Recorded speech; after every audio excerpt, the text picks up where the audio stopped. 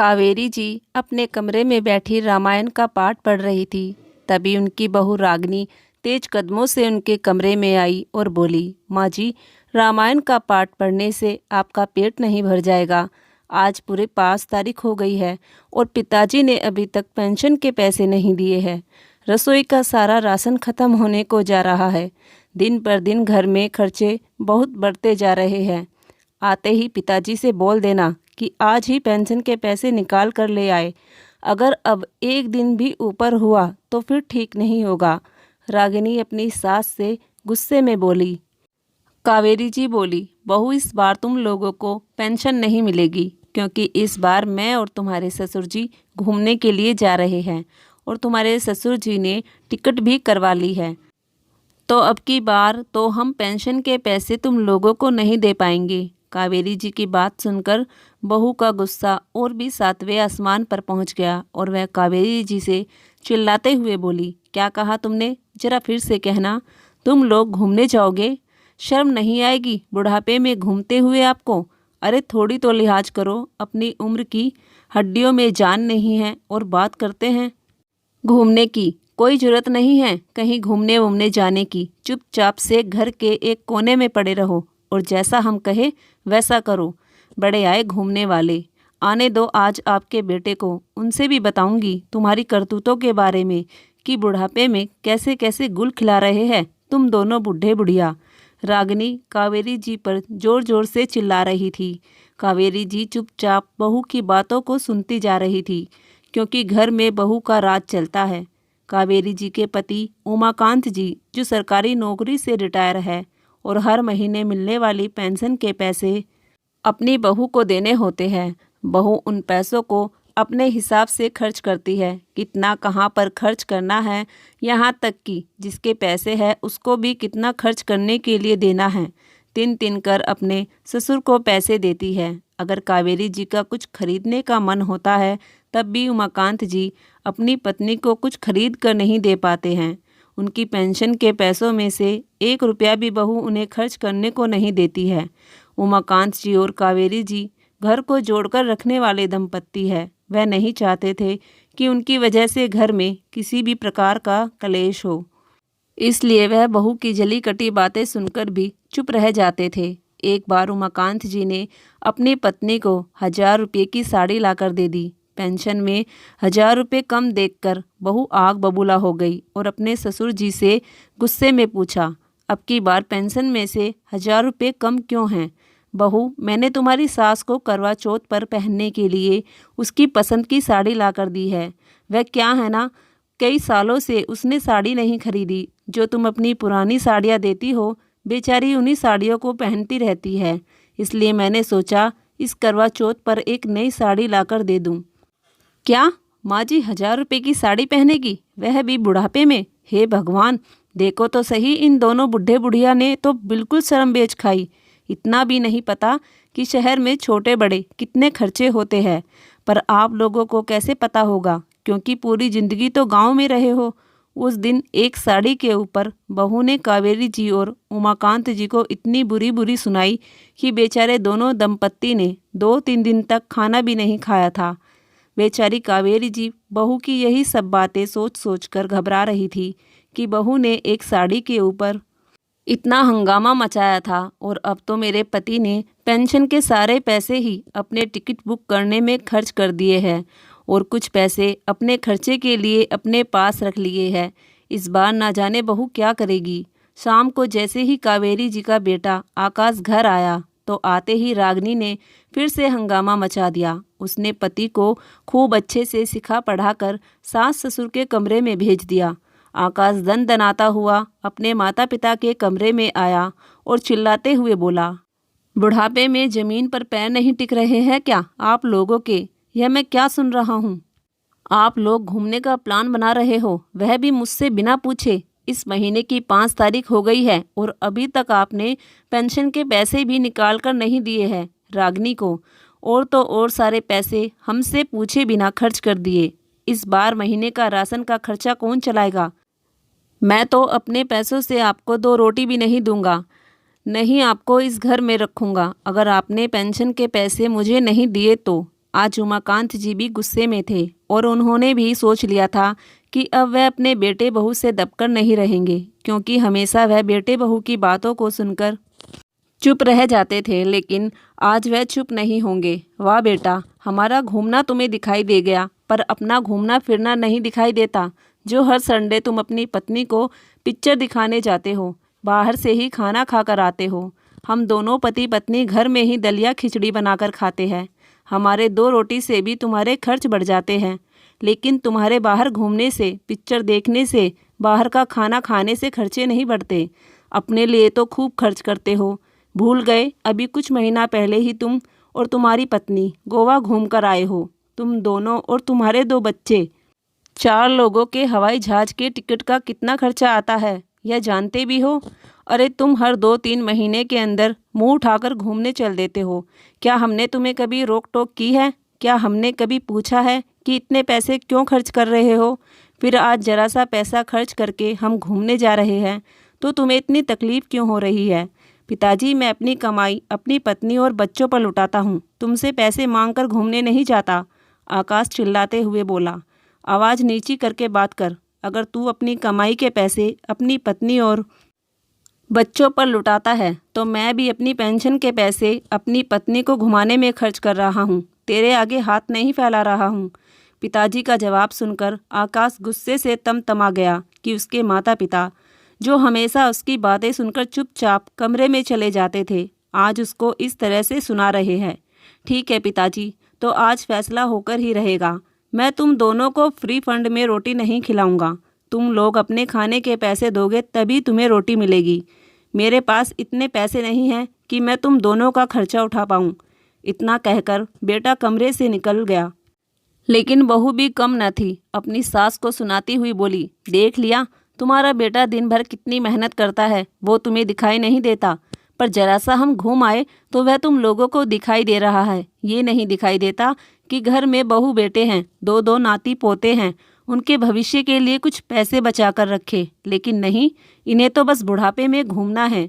अरे हम लोगों की होड़ करते हो तुम, हम तो अभी जवान हैं। तुम अपने आप को तो देखो, कब्र में पैर अटके हुए हैं और बात करते हैं घूमने की। चुपचाप यहीं पड़े रहो जहाँ पड़े हो। इतना कहकर बहू भी अपने कमरे में पैर पटकते हुए चली गई। अपने बेटे बहू की बात सुनकर कावेरी जी रोने लगी। वह आंखों में आंसू लिए उमाकांत जी से बोली, सुनिए जी, रहने दीजिए, आप हमें नहीं जाना कहीं घूमने वूमने। अगर बहू बेटे के खिलाफ जाएंगे तो 2 रोटी भी नहीं देंगे वह लोग हमें। बहुत मुश्किल हो जाएगा बुढ़ापे में जीना। कावेरी, तुम चिंता मत करो, मेरे होते हुए अब तुमसे कोई कुछ नहीं कहेगा। जितना कहना था कह लिया, अब और बर्दाश्त नहीं करूँगा मैं। उमाकांत जी पत्नी के आंसू पोंछते हुए बोले, मैं अपनी और तुम्हारी इच्छा को मरने नहीं दूंगा। जब बचपन में मैंने हवाई जहाज को आसमान में उड़ता हुआ देखा था तब उसमें बैठने का बहुत मन करता था, लेकिन तब तो मैं बैठ नहीं पाया क्योंकि मेरे माता पिता के पास इतने पैसे नहीं थे। जब बड़ा हुआ और शादी हुई तो गृहस्थी में फंस गया। अपना सारा जीवन बेटे की खुशियों में न्योछावर कर दिया। क्या कुछ नहीं किया इस औलाद के लिए हमने। अपनी सारी मेहनत की कमाई इस पर खर्च की। मेरा बेटा अच्छे से पढ़ लिख जाए, उसको अच्छा अच्छा पहनने को दिया, अच्छा खाने को दिया, उसकी हर जिद पूरी की। कहीं पैसों की वजह से वह आगे ना बढ़ पाए, इसलिए हमेशा मैं अपने खर्चे को कट करके अपने बेटे को हमेशा आगे बढ़ाया। सोचा था कि बुढ़ापे पर आराम से रहेंगे, बेटे की जिम्मेदारी से भी फ्री हो जाएंगे, लेकिन बुढ़ापे में तो बेटे ने हमारे ऊपर ही बंधन लगा दिए हैं, हर जगह आने जाने से रोक दिया है। इतना तो हम उस समय भी नहीं बंधे थे जिस समय हमारे कंधों पर जिम्मेदारी थी। आज हम अपनी जिम्मेदारी से मुक्त हो गए हैं, लेकिन बहू बेटे हमें मुक्त होने ही नहीं देना चाहते। तुम आज भी इस उम्र में रसोई में लगी रहती हो और बहू मेरे सारे पेंशन के पैसे लेकर मुझे ही आंखें दिखाती है। तो अब क्या करें, हमारी किस्मत में ही ऐसा रहना लिखा है। कावेरी जी उदास होते हुए बोली। उमाकांत जी बोले, बस कावेरी, अब मैं ऐसे नहीं रह सकता हूँ। मैंने कुछ सोचा है और उसको मैं करके रहूँगा। अगले ही दिन उमाकांत जी अपना और पत्नी का टिकट करवा लाए, वह भी हवाई जहाज से। उमाकांत जी को हर महीने पेंशन के 30,000 मिलते हैं, जिसमें से उन्होंने 15,000 की टिकट करवा ली और 15,000 अपने पास खर्च के लिए रख लिए। अपनी पत्नी को आकर टिकट दिखाए तो कावेरी जी घबरा गई। रहने भी दीजिए, जिद छोड़िए। बिना वजह घर में और ज़्यादा कलह मच जाएगा। बहू हमारा और भी ज़्यादा जीना हराम कर देगी। कावेरी, तुम्हें डरने की ज़रूरत नहीं है। हम बेटे बहू पर आश्रित नहीं हैं। यह मेरे पेंशन के पैसे हैं और मेरी मर्जी जैसे मैं इन्हें खर्च करूं। अगले दिन उमाकांत जी कावेरी जी के लिए 2 नई साड़ी और अपना 2 जोड़ी नए कुर्ते पजामे खरीद कर ले आए और कावेरी जी के हाथ में थैला पकड़ाते हुए बोले, ये लो कावेरी, अपना और मेरा सामान पैक कर लो। 2 दिन बाद ही हम दोनों को निकलना है। उमाकांत जी का इतना ही कहना था कि बेटे बहू तो पहले ही उन पर भड़के हुए थे और अब वह अपनी सारी हदें पार करते हुए बोले, पिताजी, अब हम आपको नहीं रख सकते। आपने तो बिल्कुल ही हद पार कर दी। जब एक बार मना किया था कि आप कहीं नहीं जाओगे, फिर भी आपने वही काम करा। शर्म लिहाज तो जैसे बेच खाई है आपने। अब हम और नहीं रख सकते आपको अपने साथ। अपने रहने का इंतजाम कर लो। उमाकांत जी बेटे से बोले, बेटे, हम अपना रहने का इंतजाम क्यों कर ले? जहाँ तू खड़ा होकर बोल रहा है ना, वह जगह मेरे मेहनत के पैसों से खरीदी हुई है। ये प्लॉट मैंने अपने फंड के पैसों से खरीदा था और फिर इस घर को बनाया भी अपने पैसों से है। कानूनी तौर पर भी ये घर मेरा है। तुम्हारा क्या लगा है इस घर में जो तुम मुझे यहाँ से जाने को बोल रहे हो? अरे जाओगे तो तुम लोग यहाँ से। कल ही मैं और मेरी पत्नी घूमने के लिए निकल रहे हैं और 10 दिन बाद आएंगे। तब तक का हम तुम्हें समय दे रहे हैं। हमारे इस घर को खाली कर देना। अपना रहने का कहीं और इंतजाम कर लेना। उमाकांत जी अपने बेटे की आंखों में आंखें डालते हुए बोले। उमाकांत जी की बात सुनकर बेटे बहू के चेहरे की हवाइयाँ उड़ गई। उन्हें अपने कानों पर विश्वास नहीं हो रहा था कि उनके पिताजी कभी इस तरह की भी बात उनसे कर सकते हैं। बहू बोली, पिताजी, अगर आप हमें इस घर से निकाल दोगे तो कौन तुम्हें रोटी बनाकर खिलाएगा? बुढ़ापे में कौन तुम्हारी देख रेख करेगा? हम आपके बहू बेटे हैं। आखिरकार हम ही आपके काम आएंगे। बहू, तुम इस भूल में मत रहना कि हम दोनों तुम पर और तुम्हारे पति पर आश्रित हैं। हमें तुम्हारी और तुम्हारे सहारे की बिल्कुल भी ज़रूरत नहीं है।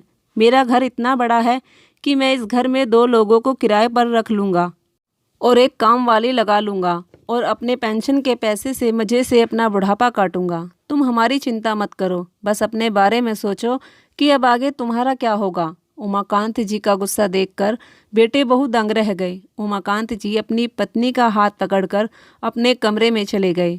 अगले दिन उमाकांत जी और कावेरी जी तैयार होकर अपने कमरे से बाहर आए। एक हाथ में बैग और दूसरे हाथ में हवाई जहाज का टिकट और अपने बेटे बहू को आवाज़ लगाते हुए बोले, बेटा, हम 10 दिन बाद लौटकर आएंगे। तब तक तुम अपने कहीं रहने का इंतजाम कर लेना।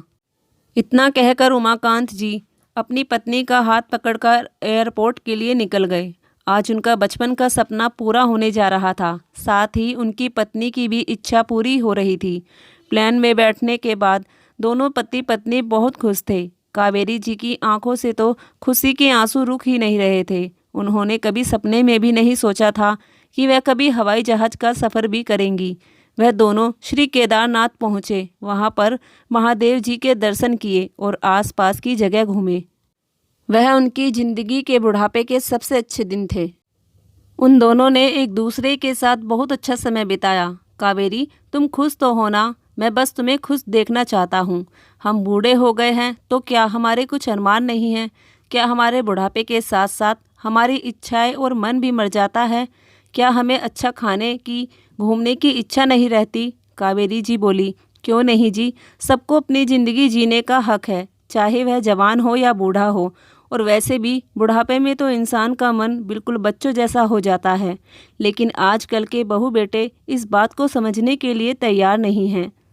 उन्हें सिर्फ अपनी खुशी से मतलब रहता है। माँ बाप के सुख दुख या उनकी इच्छा से उन्हें कोई लेना देना नहीं होता। बिल्कुल सही बोल रही हो कावेरी तुम।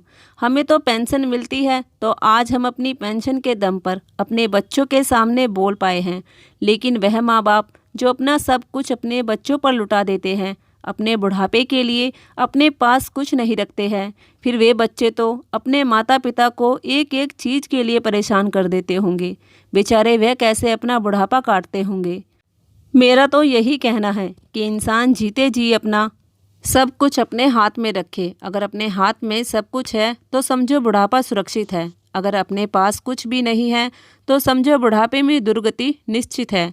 आज अपनी पेंशन के दम पर ही हम हवाई जहाज का सफ़र कर रहे हैं, वरना हमारा बेटा तो केदारनाथ तो बहुत दूर की बात है, वह अपने पैसों से हमें मथुरा वृंदावन भी ना ले जाए। दोनों पति पत्नी ने अपने सुख दुख की खूब बातें की। 10 दिन वहाँ रुककर खूब अच्छे से दर्शन किए। जब 10 दिन बाद उमाकांत जी और कावेरी जी घर लौटे तो उन्हें देखते ही बेटे बहू ने दोनों माता पिता के पैर पकड़ लिए और बोले, पिताजी हमें माफ़ कर दीजिए, हमसे गलती हो गई। अब हम कभी भी आप पर रोका टोकी नहीं लगाएंगे, आपका जो मन करे वही करना, लेकिन हमें इस घर से मत निकालिए। पिछले 10 दिन से मैं कई घरों में जाकर तलाश किया है, छोटे से छोटे घरों का भी कम से कम 15,000 रुपये किराया है। आप ही सोचो, आपका बेटा अपना घर छोड़ करके बाहर किराए से रहेगा तो कैसा लगेगा, लोग क्या कहेंगे।